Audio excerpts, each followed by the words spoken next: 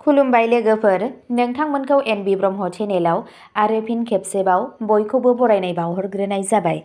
आं दिनै नोंथांमोननि सिगाङाव आरोबाव माखासे सानसेनि खौरां लानानै फैबावलायबाय। आसा खालामो नोंथांमोनहा खौरांखौ खोनासंनानै मोजां मोनगोन। दिनैनि गिबि खौराङावनो दङ आसाम ओइचएसनि जोबथा आनजादनि फिथाइ 2026। हिनजावसाफोरा गासैबो स्ट्रिमाव हौवासाफोरखौ फेजेनदों।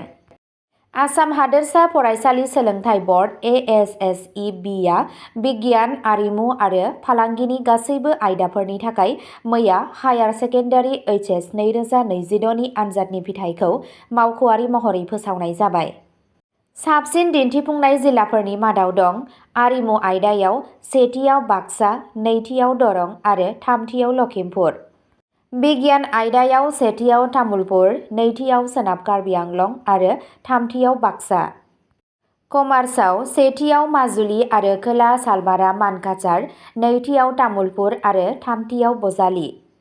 हिनजावसाफोरा आरिमु, बिगियान, फालांगि आरो भकेशनेल स्टाडिजआव बांसिन उथ्रिसारनायनि जौखोन्दोखौ लाखिना गासैबो सोलोंथायारि आयदायाव हौवासाफोरखौ फेजेननो हादों।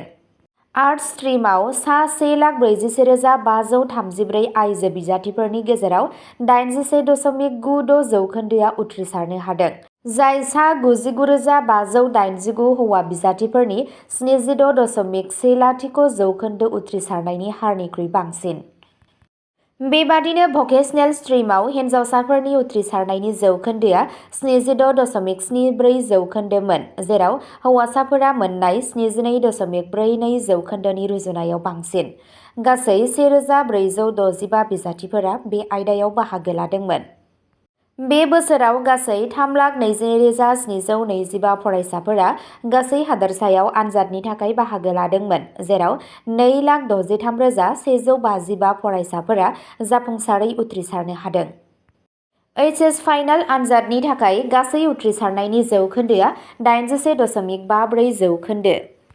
स्ट्रिम बादियै मावफुंनाय ब्रेकडाउनआ जादों आरिमु एबा आर्टसआव 79.54 जौखोन्दो, बिगियानाव 89.79 जौखोन्दो, फालांगि एबा कमार्सआव 81.13 जौखोन्दो, भकेशनेल स्ट्रिमाव 74.19 जौखोन्दो उथ्रिसारनो हादों। गुबुन मोनसे खौराङाव दङ उरिसानि सासे सुबुङा बिनानावनि कंखालखौ बेंकआव लानानै फैदों आरो होनो हायै बेलेन्सखौ दाबि खालामदोंमोन। उरिसानि किउझार जिल्लायाव सासे सुबुङा गावनि बिनानावनि एकाउन्टनिफ्राय 20,000 सो रां दिहुननो खावलायनायखौ बेंक बिबानगिरिफोरा नेवसिनायनि उनाव गावनि थैनाय बिनानावनि गोथै सह'नि कंखालखौ गावनि फाफ्लियाव लानानै 3 किल'मिटार थाबायलांदों। खौरां मोन्नाय बादिब्ला दियानाली गामिनि जितु मुन्डा मुंनि सुबुङा गावनि रुंसारि बिनानाव काक्रा मुन्डानि दोनथुमनाय रांखौ मोन्नायनिफ्राय खनले खनले होबथानायनि उनाव बे गोख्रों आगानखौ लादों। काक्रा मुन्डाया दान मोननैनि सिगां गावनि फिसाय आरो सासेल' फिसानि थैनायनि उनाव रुंसारि जादों।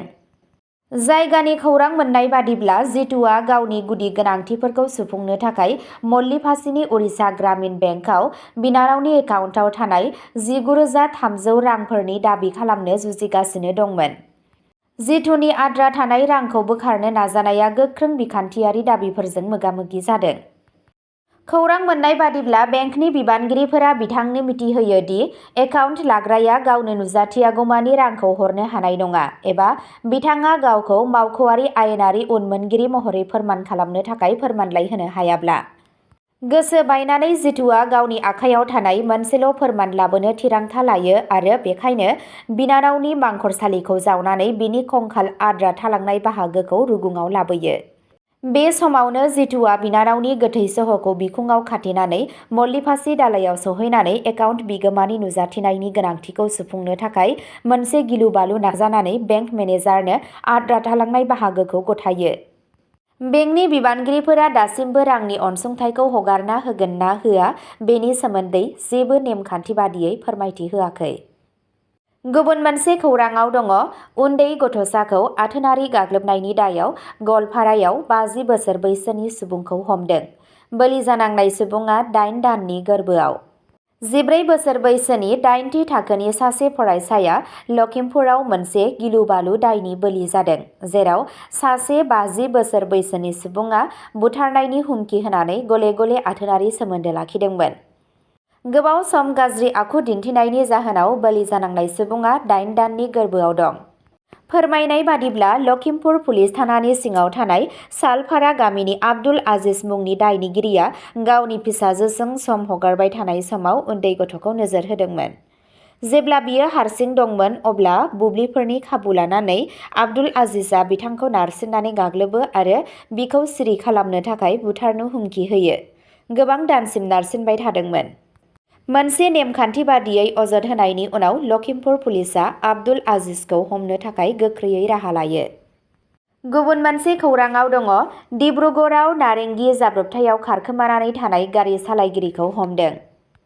मोनसे गिदिर जाफुंसारनायाव नोगोर पुलिसआ बे सप्तानि जागायजेननायाव नारेंगीआव जानाय गिख्रंथाव लामा जाब्रबथायाव लोब्बा थानाय खारखोमानाय गारि सालायगिरिखौ खादों। दायनिगिरिनि सिनायथिखौ शमीम आहमेद होननानै खालामनाय जादों, जायखौ गुवाहाटी, शिलं आरो आपार आसामनि गोबां जायगायाव सिग्रोमनायनि उनाव डिब्रुगड़आव हमनाय जायो।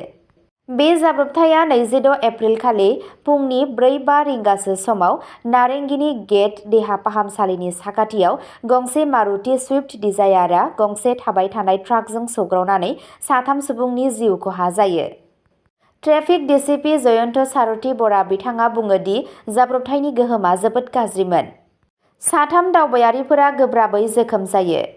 जेब्ला पुलिसआ जाथाय जायगायाव सौहैयो अब्ला ड्राइभारनि सीटआ लांदां दंमोन, नाथाय ड्राइभारनि एयारबेगआ ओंखारबायमोन, जायनि जाहोनाव गारि सालायगिरिया बासिनानै खारलाङो।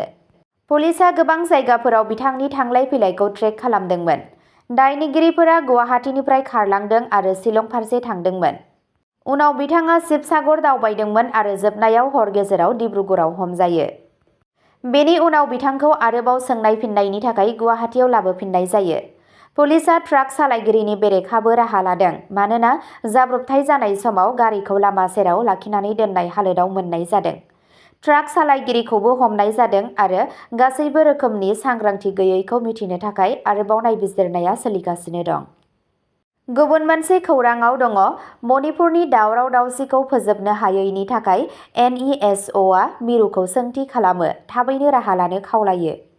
ओनसोलनि मोन 8 गाहाय फरायसा आफादफोरनि मोनसे जथाय नर्थ इस्ट स्टुडेन्ट अर्गेनाइजेशनआ मणिपुराव सोलिबाय थानाय हिंसायारि आरो थैनि बाना सोमजिनायनि सायाव गोथौ दुखु फोरमायदों।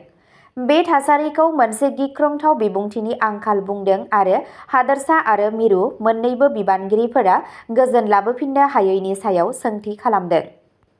बे बाथ्रायाव नोजोर होनाय जादों दि गोबाव खालामाजासे न्याय होनांगोन आरो बेफोरबादि गिलु-बालु खामानिफोरनि थाखाय दायनिगिरिफोरखौ सिनायथिनांगौ, दायनिगिरि खालामनांगौ आरो आयेन बादियै साजा होनांगोन, जाहाथे सुबुंफोरनि फोथायनायखौ लाबोफिननो आरो आयेननि खुंथायखौ फोथांना लाखिनो हायो। नर्थ इस्ट स्टुडेन्टस इउनियनआव all Assam students union, Khasi students union, Garo' students union, all Arunachal Pradesh students union, Naga students federation, all Manipur students union, Mizo' जिरलाइ पाबल आरो टबिफ्रा स्टुडेन्टस फेडारेशन दं। NESOआ बुंदों दि मणिपुराव खनले-खनले जाबाय थानाय हिंसा जाथायजों गोथौवै जिंगासिदों, जेराव दाय गैयै सुबुंफोरनि जिउ खहा जागासिनो। फरायसा आफादआ बुङो दि हाथियार गैयै नोगोरारिफोरनि सायाव खनले-खनले गाग्लोबनाया मोनसे गोख्रों बिबुंथिनि थाखाय साननांगौ बाथ्रा जानानै फैदों, जाय सुबुं माहारिया रैखाथि आरो गोजोनै थानो हानायनि गुदि मोनथायनि सायाव गोहोम खोख्लैदों। नर्थ इस्ट स्टुडेन्टस इउनियननि मासिगिरि सेमुएल बि जिरबा बिथाङा बुङो दि गोबाव समनि दावराव-दावसिया गासै हादोरसायाव दुखु, गिनाय आरो गोनो-गोथो थासारिजों लोगोसे नखरफोर आरो हारिफोरखौ गोबां दुखु खस्ट खालामदों। गुबुन मोनसे खौराङाव दङ, दिम साहा बागानाव 4 बोसोर बैसोनि हिनजावसाखौ बिमाया बुथारदों। रबिबारखालि दिमनि कारहाट साहा बागाननि बांलागुरि लाइननिफ्राय खौरां मोन्नाय मोनसे जाथायनि सायाव 4 बोसोर बैसोनि सासे हिनजावसाखौ बिमाया बुथारो, जायनि जाहोनाव जायगानि थागिबिफोरनि गेजेराव रागा जोंखांनाय सोमजिदों। जिउ खोमानाय गथ'साखौ 4 बोसोर बैसोनि रुचिता कालिन्दी होननानै सिनायथिनाय जादों। जायगानि सुलुंनिफ्राय मिथिनो मोननाय बादिब्ला जेब्ला हिन्जावसानि बिफाया खामानियाव थांदोंमोन अब्ला कल्पना कालिन्दी मुंनि बिमाया गथ'नि गोदोनाखौ गोबौ हाथियारजों हादों। जाथायनि उनाव कल्पनाया गावनि गोदोनाखौबो हानानै गावखौ फोथैना लानो नाजादोंमोन होननानै अजद होदों। बिथांमोनखौ गिबियाव डेम' मडेल हस्पिटालाव लांनाय जादों आरो उनाव डिब्रुगड़नि आसाम मेडिकेल कलेज आरो उनाव गुबुन गंसे फाहामसालियाव दैथायहरनाय जादों, जेराव बिसोरनि हालोदा गोब्राब जानानै थायो। सुलुंनिफ्राय मिथिनो मोननाय बादिब्ला बिफाया मोनसे फेक्टरियाव खामानि मावगासिनो दंमोन जेब्ला बे जाथाया जायो आरो खौरां मोननायनि उनाव न'आव खारलाङो। बिथाङा थाबैनो गथ'खौ देहा फाहामसालिसिम लानानै थांनानै बासायनो नाजायो, नाथाय बिखौ बासायनो हायासै। थागिरिफोरा सन्देह खालामदों दि बे दुखुनांथाव जाथाया नखरनि दावराव-दावसिजों लोगोसे सेल्फ हेल्प ग्रुपनि लननि बजाजों सोमजिनाय रांखावरिनि नारसिनथायनि थाखायनो जादों जानो हागौ।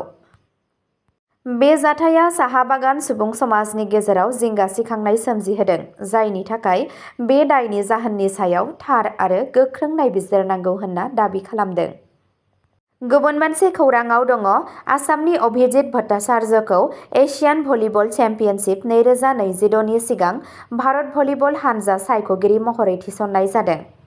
भारतनि भलिबल हानजानि बारग' केप्तेन आरो आसाम भलिबल एस'सिएशननि नेहाथारि अभिजित भट्टाचार्यखौ एशियान चेम्पियनशिप 2026 नि सिगां भारतनि माहारियारि हानजानि सायख'गिरिफोरनि गेजेराव सासे सायख'गिरि महरै थिसननाय जादों। बिथाङा 29 मेनिफ्राय 1 जुनसिम आहमदाबादनि साई मिरुआव जानो गोनां सेलेक्शन केम्पआव नुजाथिगोन। भट्टाचार्यआ 2020 मायथाइयाव आसामाव ब्रह्मपुत्र भलिबल लीग जागायनायनि मुङाव मुलुगनाङैनो मुंदांखा जानो हादों, जायनि थांखिया गामियारि ओनसोलनि जाखांफुनाय गेलेगिरिफोरखौ गावनि गोरोंथिखौ दिन्थिनो आरो गावसोरनि रोंगौथिखौ जौगाहोनो थाखाय मोनसे प्लेटफर्म होनाय जादों। भारतनि बारग' भलिबल केप्तेनखौ गामियारि आसामाव आथोनारि समानथि आरो गुदि थाखोनि गेलेमुफोरखौ बांहोनो नाजानायखौ नोजोर होनानै इन्टारनेशनेल अलिम्पिक कमिटिआ 2025 जि-सि आथोन समानता, डाइभारसिटि आरो इनक्लुजन (GEDI) चेम्पियन बान्थानि बुहुमनां देरहागिरि महरै मुं होदों। बे सन्माना हिन्जावसा आरो हौवासाफोरनि थाखाय समानै बाहागो लानायखौ थि खालामनाय समाजजों दैदेनजानाय भलिबल हाबाफारिनि गेजेरजों गथ'साफोरनि थाखाय जथाय गेलेनायनि खाबु सोरजिनायाव भट्टाचार्यनि मावलांनाय हाबाखौ गनायना लायो। अब्ला दिनैनि खौराङा बेखिनियावनो जोबबाय। एसेनोसै, गोजोन्थों।